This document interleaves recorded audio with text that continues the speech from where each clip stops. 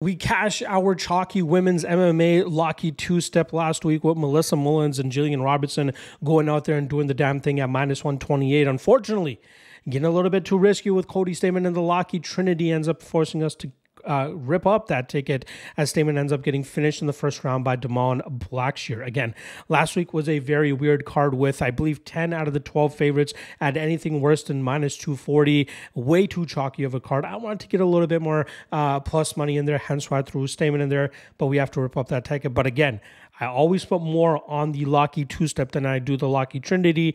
Pretty much looking at the Locky Trinity as a cherry on top, a bonus more than anything. So the Locky two-step is always the main focus whenever I drop these parlays, and I hope you guys take that into consideration as well. All right, let's not waste too much time. Let's get right into the Locky two-step that I got for this weekend's UFC 309 card.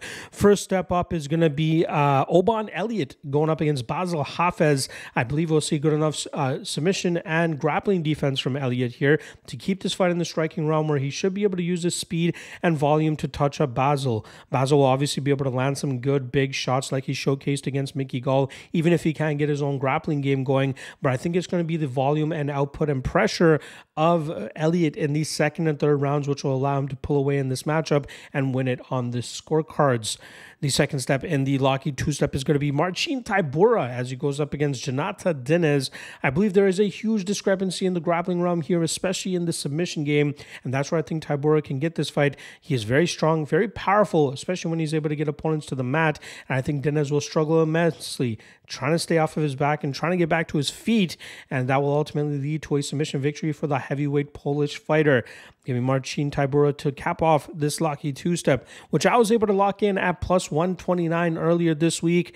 It seems like there has been a little bit of love coming in on Dinez and on Hafez, hence why the odds for this parlay are slightly better now at +135. But for the purposes of tracking in the description below, I'll be taking into consideration the +129 that I dropped to the Patreon folks who are able to get these parlays much earlier in the week. Reminder, more often than not, parlays and the prices are much better when I drop it to the Patreon folks rather than when you guys get it on Friday to the public. So this is one of those anomaly weeks where the line actually ends up moving against the parlay here, but hopefully we can still end up cashing it.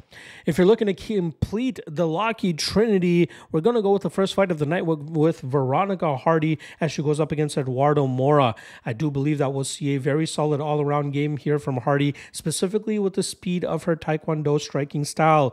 That's allowed her to get ahead of her opponents in her last couple of fights, leading to this 3-fight winning streak that she's on. She's also very active off her back with her jiu-jitsu, and I think that will allow her to stay safe here against Mora, who really goes balls to the wall from jump.